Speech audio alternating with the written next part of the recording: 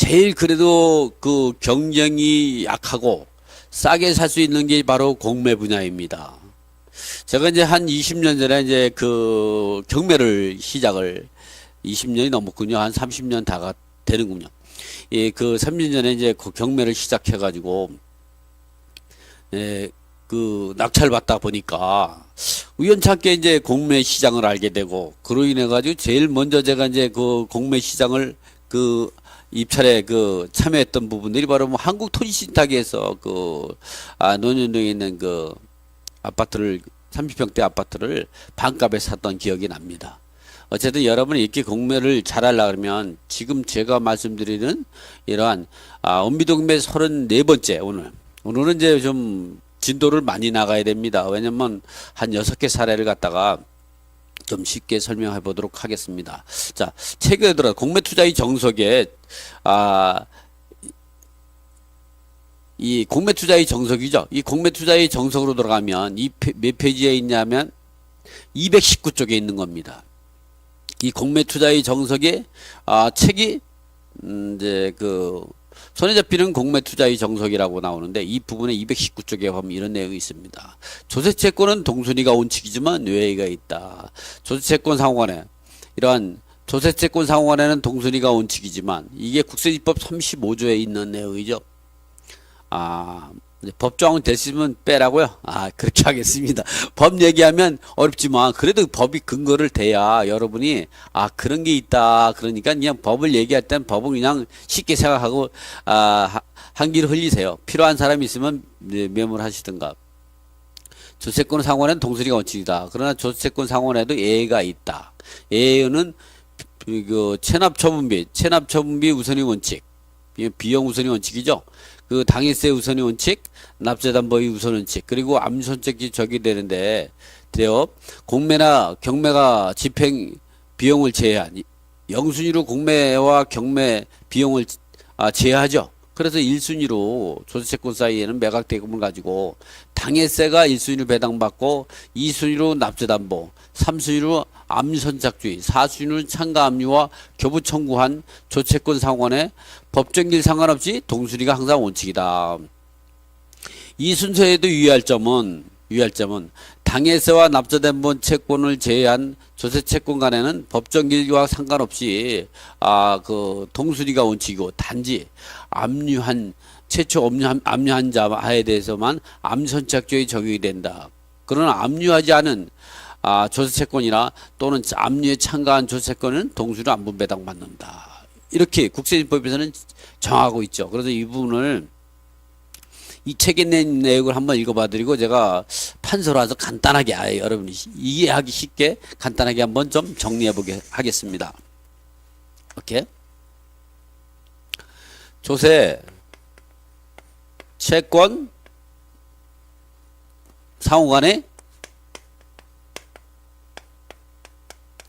우선순위. 이 조세는 뭐 국세가 있고 조세 같은 경우는 이제 국세, 지방세가 있겠죠.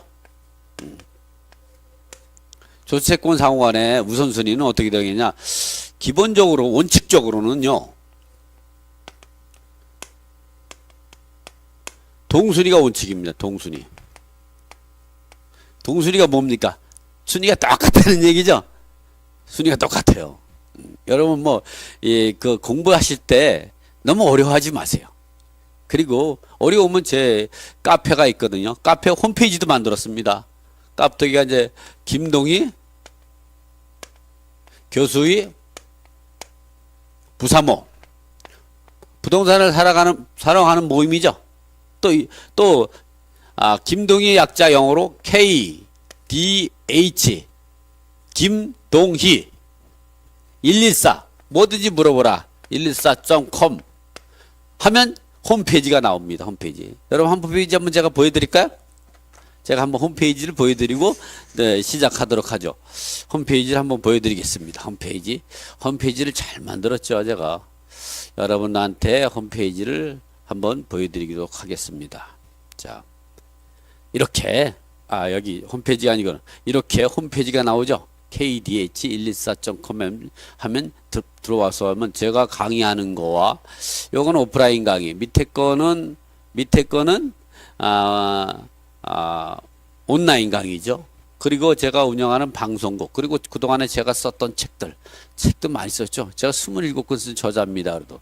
그래 여러분들한테 알기 쉽게 가르쳐 주려고 노력을 하겠습니다. 그리고 그 밖에 이제 카페도 제가 한번 들어가 보죠. 카페 같은 경우는 이제 보면 이제 이렇게 카페 같은 경우도 있습니다. 카페는 이제 김동희 교수의 부산모라 그래가지고 여기 화면을 3개를 운영하니까 이렇게 있죠. 이분은 김동희 교수의 부산모 그래가지고 제가 이제 그동안에 질문할 수도 있고 여러분이 이제 칼럼도 볼 수 있고 그다음에 부동산 질의 답변도 할 수 있고 그다음에 뭐 가입하고 뭐 정보도 얻을 수 있고 그다음에 이제 프리미엄 추천 물건도 있고 부동산 동영상도 볼 수도 있고 또 위에 가보면 이렇게 클릭하면 제가 그동안에 방송에서 동영상 올려놓은 부동산 유튜브 무료 동영상도 볼 수 있고 프리미엄 취업도 볼 수 있고 방송도 볼 수 있고 여러 가지 볼 수 있는 이런 카페에서 어려우신 내용이 있다면 질문해서 질문하시면 됩니다.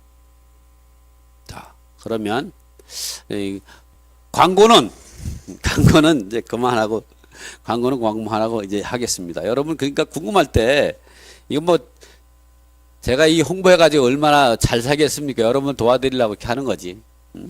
그 마음만큼은 여러분이 이제 그 인정하셔야 됩니다. 자, 저채권 상환의 우선순위는 국세와 지방세가 있는데 그 중에 원칙적으로 동순위가 원칙이다. 그간에는 법정일 우선순위에 따라서 법정이라고 상관없습니다. 그러나 외회가 있습니다. 예외적으로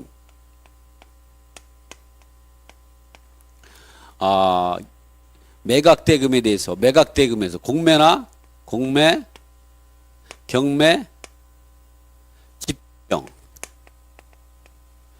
비용을 영순위로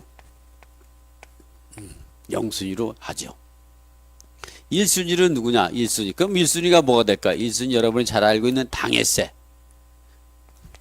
당해세는 그 해 연도에 발생된 세금이라고 생각하면 안 되는 거죠. 여러분 무슨 거짓말 하시네 막 이렇게 하려고 했죠.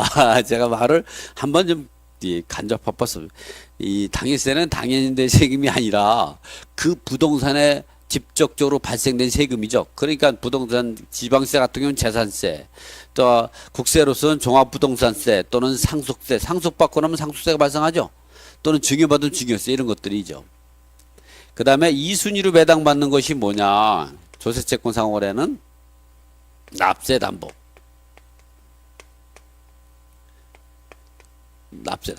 여러분 보면 요거 담자입니다. 잘 써드려야지 또. 여러분 또 열심히 공부하려고 하시는 분들한테 납세담보는 가끔 보면 이 등기부 보면 그 근저당권자가 세무서장이라든가 지자체 시군구청장으로 되어 있는 경우가 있습니다. 그거는 이제 체납자가 체납액을 돈을 당장 주지 못하니까 근저당을 설정해 주는 거죠. 그런 걸 납세담보라고 합니다. 그런 경우는 다른 거와 상관없이 그 당해세 다음으로 2순위로 배당받죠. 3순위 누가 받느냐? 3순위로는 압류선착주의.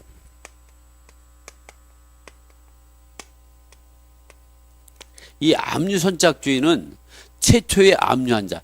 압류는요, 중복압류 인정하지 않습니다. 한번 압류가 있다. 마포세무서에 압류가 있다. 그 다음에 제주시청에 압류가 있다. 그러면 참가압류. 압류에 참가하는 거죠.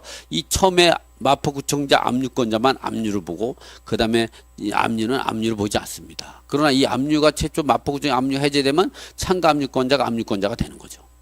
네. 그 다음에 참가압류. 참가압류와 교부청구. 교부청구는 압류하지 않고 배분요구 종기, 배당요구 종기까지 이 배당요구하는 걸 말하는 거죠.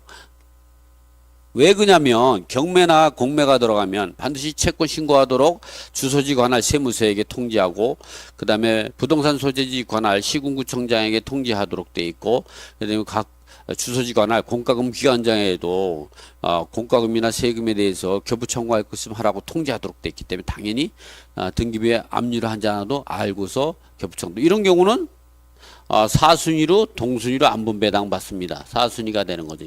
이 부분 같은 경우는. 근데 여러분이 이제 경매에서는 이렇게 하고요. 공매에서는 어떻게 하냐? 압류선착을 이 참가 압류, 이 최초 압류권자만 하는 게 아니라 참가 압류권자도 압류선착주의 되기 때문에 공매에서는 어떻게 하냐? 이 참가 압류가 4순위, 겨부청구니가 5순위 이렇게 배당이 된다는 걸 갖다가 우리가 알고 있어야 된다. 국세징법에서는 이렇게 예외적으로 체납처분비, 이걸 체납처분비라고 하거든요. 체납처분비를 1순위로 배당, 0순위로 배당을 받고 1순위로 당해세, 2순위 납치담보, 3순위 납치담보, 그리고 3순위는 압류선착주의, 4순위로는 참가압류, 국세징법에서는 참가압류와 교부청구가 동순위로 안분 배당 받게 돼 가지고 그 국세징법에 따라서 법원 경매는 이렇게 배당을 합니다. 그러나 공매에서 한국자산관리공 진행되는 공매에서는 어떻게 하냐?